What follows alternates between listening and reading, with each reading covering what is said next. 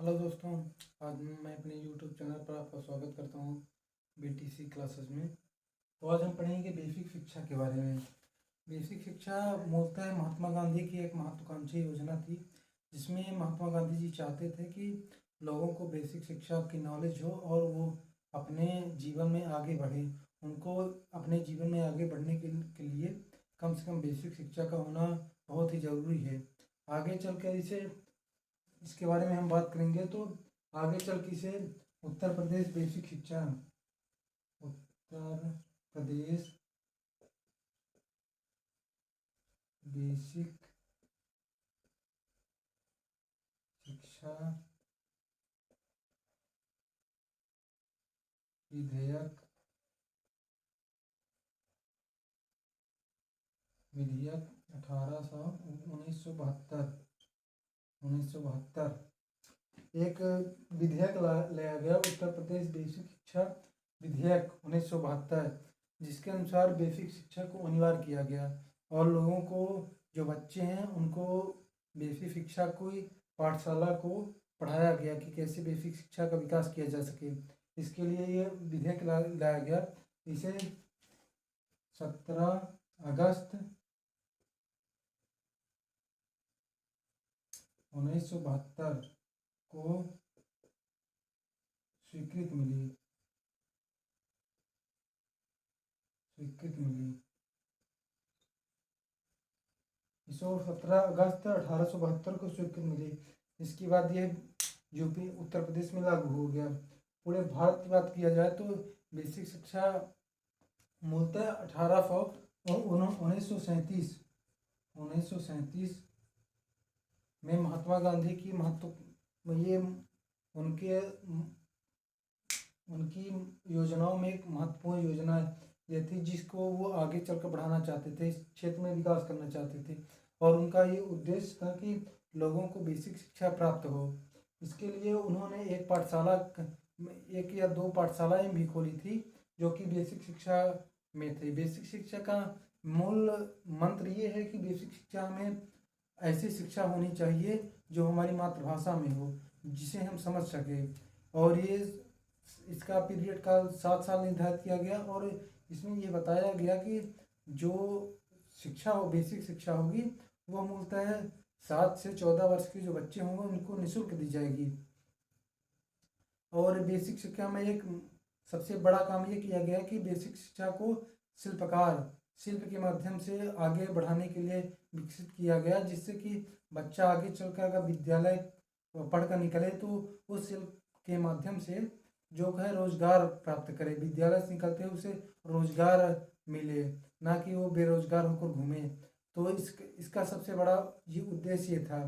तो हम इसके रूपरेखा के बारे में बात करेंगे। तो अब हम इसकी रूपरेखा के बारे में बात करते हैं। तो रूपरेखा जो थी, रूपरेखा जिसे हम कहते हैं कि ये कैसे किया जाएगा, कैसे लागू किया जाएगा, इसके बारे में था। तो इसमें पहला ये कहा गया था कि बेसिक शिक्षा जो है वो 7 वर्षों की होगी। बेसिक शिक्षा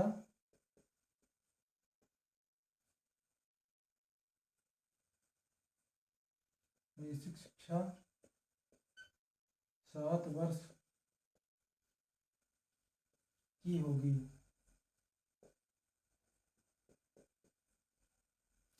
दूसरा इसमें कहा गया था कि पहले तो यह था कि ये बेसिक शिक्षा 7 वर्ष की होगी।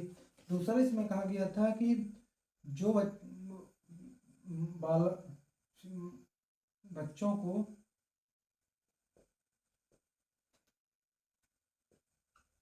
जो 7 वर्ष से 14 वर्ष के हैं उन्हें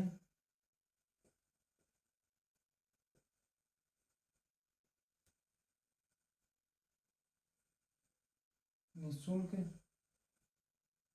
शिक्षा प्रदान की जाएगी।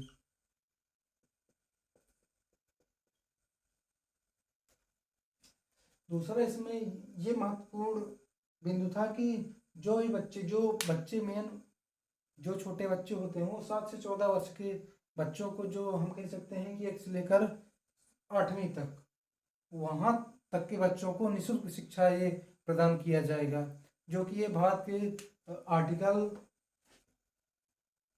शिक्षा के हमारे अधिकार के आर्टिकल में है। तो उसमें भी ये संशोधन हुआ है कि जो शिक्षा होगी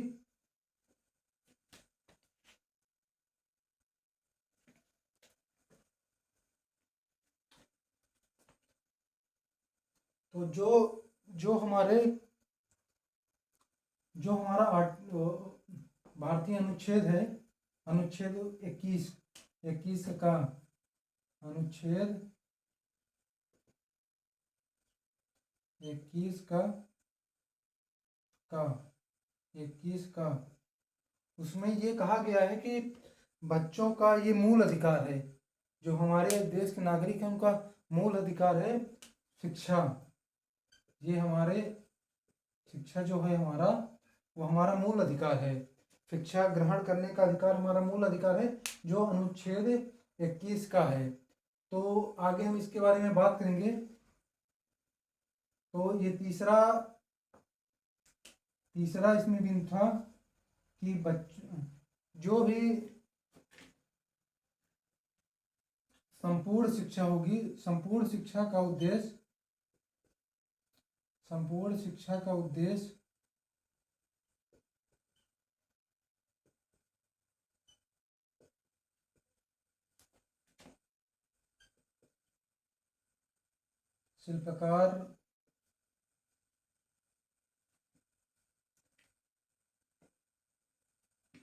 शिल्पकार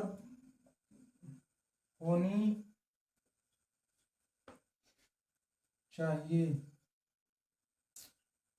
जिससे बालक विद्यालय से निकलते ही स्वरोजगार या फिर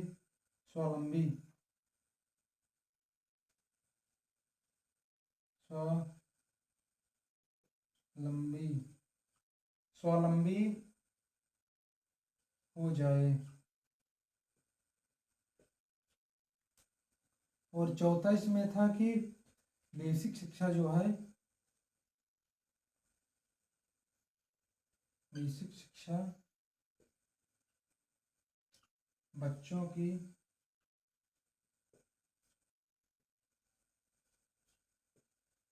मातृ भाषा में होनी चाहिए। तो ये था हमारा बेसिक शिक्षा की रूपरेखा थी। तो इसमें ये मूलभूत हमारा रूपरेखा ये थी कि बेसिक शिक्षा जो है वो 7 वर्षों की होगी, 1 से जो है 8 तक वह बेसिक शिक्षा होगी। और दूसरा ये था कि जो बच्चे 7 वर्ष 14 वर्ष के हैं, जो हमारी 1 से 8वीं तक बेसिक शिक्षा है, वो निःशुल्क होगी सभी जगह। लेकिन प्राइवेट में नहीं होती, वो अलग बात है, लेकिन सरकारी स्कूलों में निःशुल्क होती है। और संपूर्ण शिक्षा का उद्देश्य शिल्पकार होनी चाहिए। शिल्पकार का मतलब यहाँ से है कि बच्चे को किसी न किसी शिल्प की शिक्षा देनी चाहिए। जैसे वो कोई चीज़, जैसे कोई मटका बनाने का काम है, कोई दरी का काम है, कोई कालीन बनाने का काम है, कोई लकड़ी पर जो डिजाइन होती है वो उसका काम है, कोई कारीगर का काम है। ऐसे शिल्प के उसका मेन उद्देश्य शिल्प का था कि कुछ न कुछ उसको ऐसी चीज़ें सिखाई जाए जो आगे चलकर उसको रोजगार मिले, वह स्वावलंबी हो, किसी के पास उसको बेरोजगार ना घूमे विद्यालय से निकलने के बाद। तीसरा उद्देश्य का मेन उद्देश्य था। चौथा उद्देश्य यह था कि बच्चों को जो है शिक्षा उसकी मातृभाषा में दी जाए। तो जब मातृभाषा में शिक्षा देने से बच्चे को जल्दी समझ में आएगा, वो हर चीज़ जल्दी समझने की कोशिश करेगा और उसका जो नॉलेज होगा वो जल्दी उसको पा सकेगा। ये तो उसकी रूपरेखा होगी बेसिक शिक्षा की।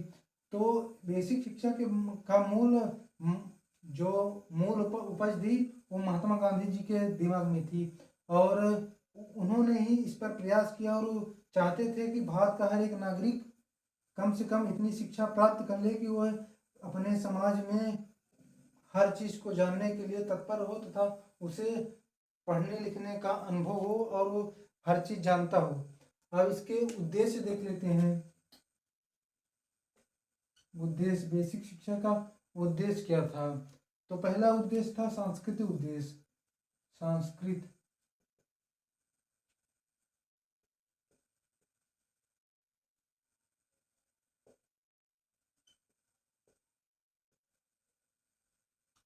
सांस्कृतिक उद्देश्य, जो हमारी शिक्षा व्यवस्था थी वो पश्चिमी सभ्यता को, अंग्रेजी भाषा को थोपी गई थी, हमारी मूल तो थी नहीं। तो उसके लिए क्या किया गया कि बेसिक शिक्षा को लाया गया, जिससे कि भारत के जो लोग हैं वो अपने कल्चर के बारे में, अपने समाज के बारे में, अपनी संस्कृति के बारे में जानें, उसी को सीखें और उसी सीख कर वो आगे बढ़ें। इसका सांस्कृतिक उद्देश्य ये था।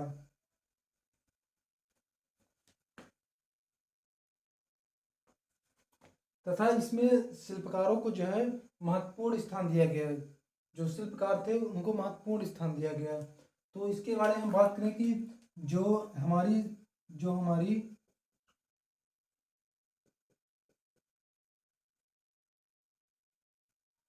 माफ कीजिए,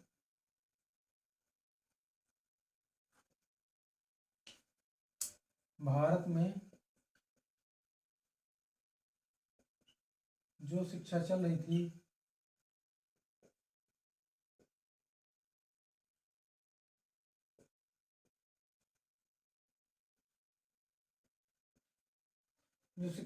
थी, वो मूलतः अंग्रेजों की दी हुई थी। और इसमें वो उन्होंने पश्चिमी सभ्यता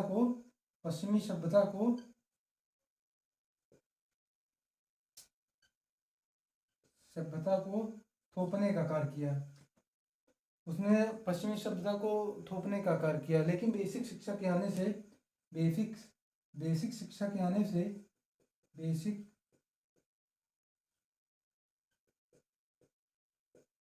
बेसिक शिक्षा में शिल्प को बेसिक शिक्षा में जो है शिल्प को महत्वपूर्ण स्थान दिया गया। महत्वपूर्ण स्थान दिया गया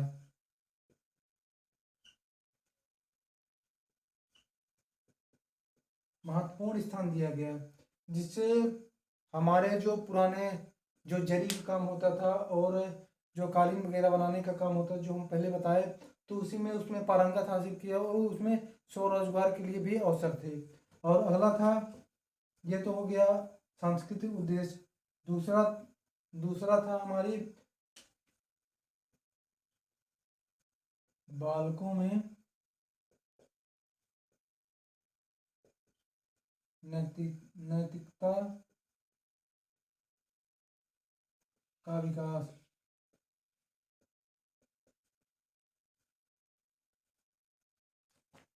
अगला बेसिक शिक्षा का अगला उद्देश्य जो था उन्हें नैतिकता का विकास करना था।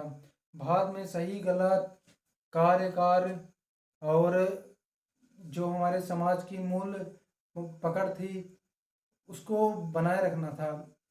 बालकों में नैतिकता का विकास, लोगों का सम्मान करना और जातिवाद से, धर्मवाद से दूर रहना और सही गलत का निर्णय करने की क्षमता को विकसित करना था।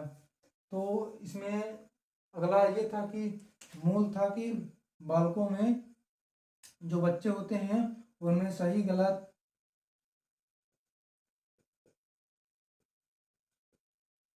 अच्छा अच्छा खराब,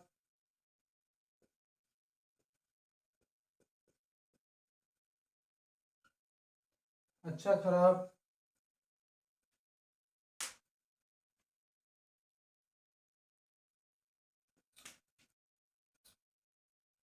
अहिंसा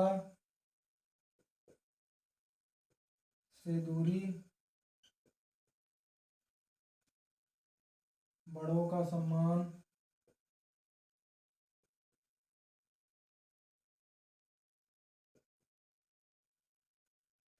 ये तो ये दूसरे बालकों में नैतिकता का विकास इसी से हो सकता है कि जब बच्चों को ये सिखाया जाए। जब तक बच्चे इन चीज़ों को नहीं सीखेंगे तब तक उनमें नैतिकता का विकास नहीं होगा। और ये हमारे शिक्षा व्यवस्था में बहुत ही महत्वपूर्ण स्थान रखता है। तो इसके आगे वाले उसमें हम देखेंगे कि क्या होता है। ये तो दूसरा पॉइंट हो गया, क्योंकि अब तीसरा है इसका उद्देश्य, आर्थिक उद्देश्य।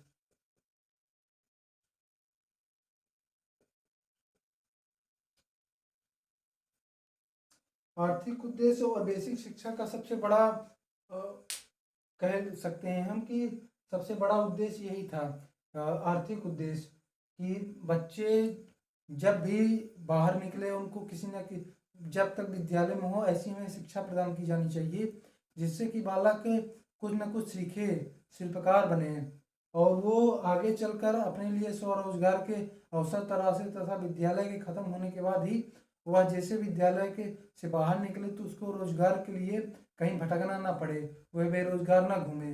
महात्मा गांधी जी का एक बहुत फेमस कथन था इसके बेसिक शिक्षा के बारे में कि मैं हृदय से चाहता हूँ कि बच्चा जब विद्यालय से निकले तो स्वावलंबी हो और कहीं किसी के द्वार पर जाके रोजगार ना मांगे। हमारी शिक्षा व्यवस्था ऐसी होनी चाहिए। तो इसका यही था कि इसमें बच्चों को किसी न किसी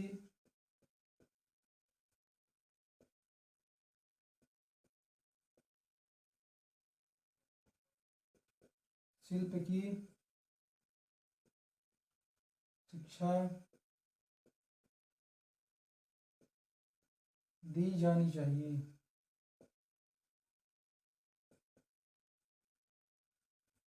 जिससे वे आगे चलकर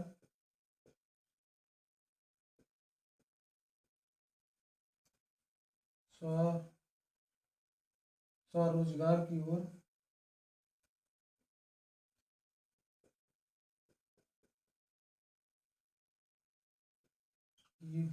और बढ़ें।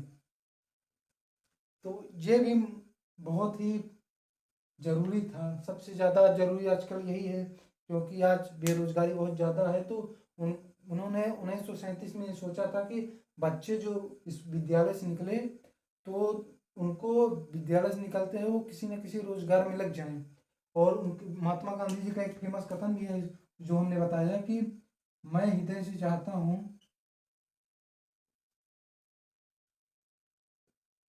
हृदय से चाहता हूँ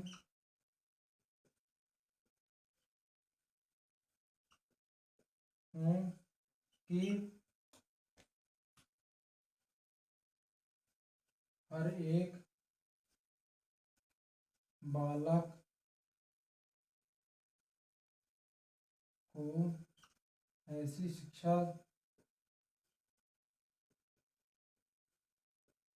शिक्षा दी जानी चाहिए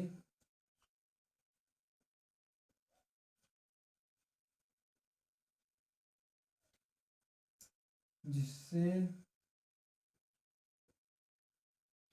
आगे चलकर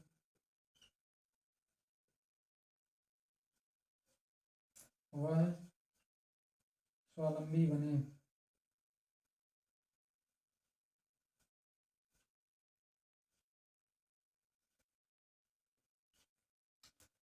मैं हृदय से चाहता हूँ कि हर बालक को ऐसी शिक्षा दी जानी चाहिए जिससे वह आगे चलकर वह स्वावलंबी बने, वह स्वरोजगार करे, कुछ न कुछ ऐसी उसमें स्किल हो जिससे कि वो आगे चलकर कोई ना कोई काम कर ले, किसी के आगे हाथ फैलाने का काम ना करे।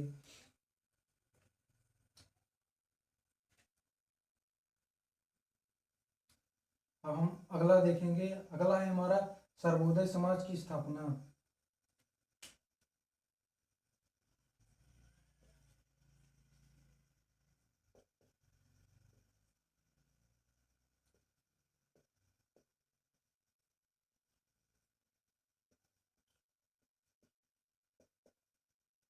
सर्वोदय समाज की स्थापना। इसका इसका मूल उद्देश्य था कि जो आज हमारे देश में चल रहा है, हिंदू मुसलमान जाति धर्म के नाम पर हिंसा, इससे दूर रखना था। बेसिक शिक्षा का मूल मंत्र इसमें यह था कि लोग समाज के हर मनुष्य को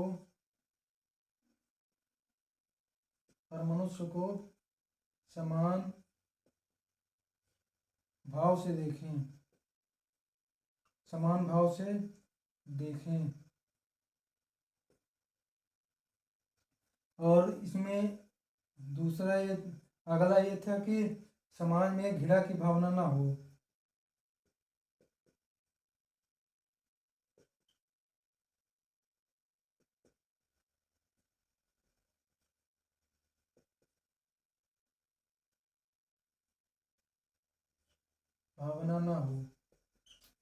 तथा इसमें अगला कहा गया था कि हमें ऐसे समाज की स्थापना करनी चाहिए जो हिंसा के स्थान पर प्यार और मोहब्बत की बात करे, एकता की बात करे, जो बंटवारे के नाम पर एकता की बात करे। तो ये इसका मूल तत्व था। और हम आशा करते हैं कि आपको ये हमारा वीडियो अच्छा लगेगा। इसके लिए लाइक और सब्सक्राइब करिएगा। अगर अच्छा लगे तो कमेंट भी करें। जो भी आपको लगता है कि इसको सुधार की ज़रूरत हो तो ये ज़रूर करें। धन्यवाद।